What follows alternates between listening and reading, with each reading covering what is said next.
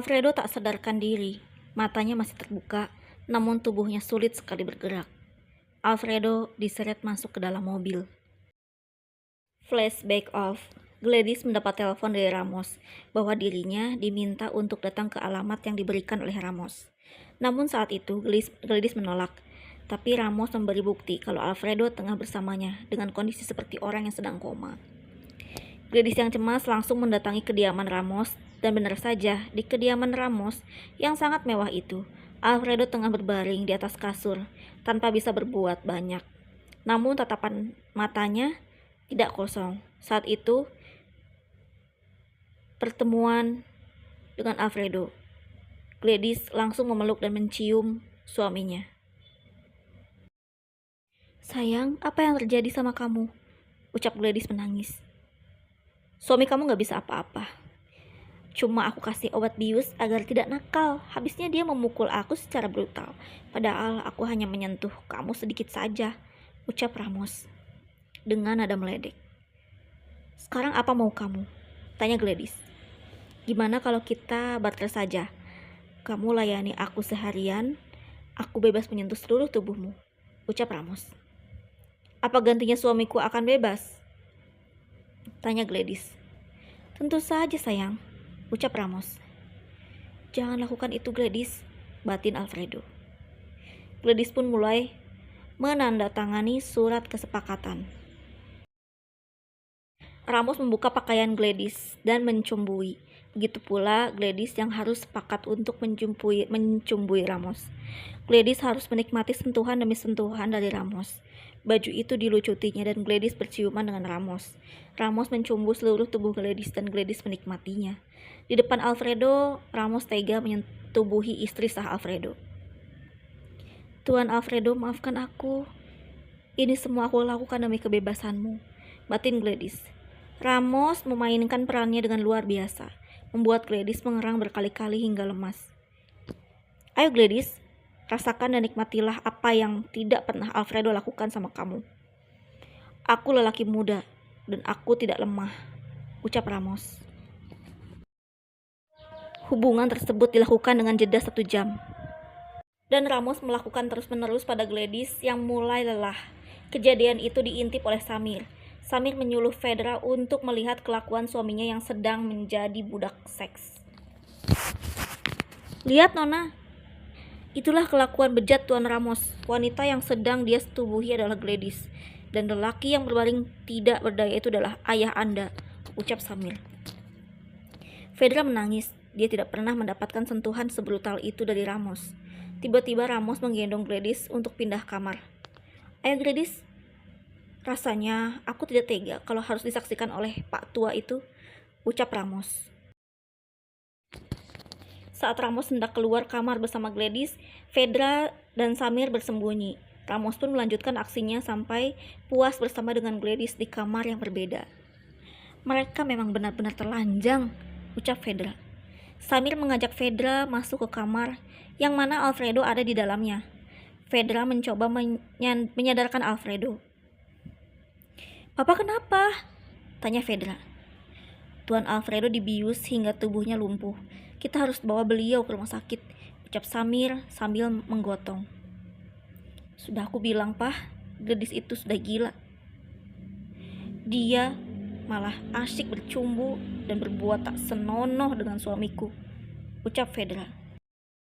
Sedangkan di dalam kamar yang berbeda, Gladys berteriak. "Sudah Ramos, aku tidak tahan," ucap Gladys. "Diamlah sayang, suruh siapa bentuk tubuhmu menggoda aku. Aku akan ceraikan Fedra dan kita akan menikah. Kita akan melakukan hal ini setiap hari. Aku akan terus melimpahkan rasa sayangku padamu Gladys. Ayolah, jangan kesakitan. Ini adalah kenikmatan yang gak akan pernah kamu temui bersama dengan Alfredo," ucap Ramos sambil memainkan perannya. "Aku sudah lelah, dan aku sudah tidak mau lagi," ucap Gladys. "Sedikit lagi sayang, ayolah, aku ingin anak dari kamu," ucap Ramos. "Aku gak sudi," ucap Gladys. Mendengar hal itu, Ramos tersinggung dan memukul wajah Gladys. Ramos berhenti dan tubuh Gladys dilemparkan ke kasur. "Besok kita lanjutkan sampai moodku balik lagi," ucap Ramos. Esoknya Gladys yang masih terkurung di dalam kamar dalam keadaan telanjang dibebaskan oleh Samir secara diam-diam. Samir membawa Gladys pergi, namun sebelumnya Gladys dibelikan pakaian untuk menutup tubuhnya. "Pakailah baju itu. Kita pergi dari sini," ucap Samir. Gladys menuruti ucapan Samir. Setelah itu mereka mengendap keluar.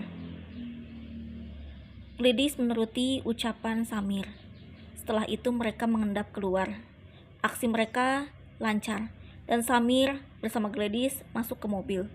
Samir hendak membawa Gladys ke rumahnya. "Bagaimana dengan suamiku?" tanya Gladys. "Dia dibawa oleh Fedra dan Berto ke rumah sakit yang ada di Singapura. Sepertinya pengaruh obat bius itu sangat keras," ucap Samir. "Bagaimana keadaan anakku? Aku harus membawanya," ucap Gladys. "Mereka akan sangat lama tinggal di Singapura. Anakmu aman.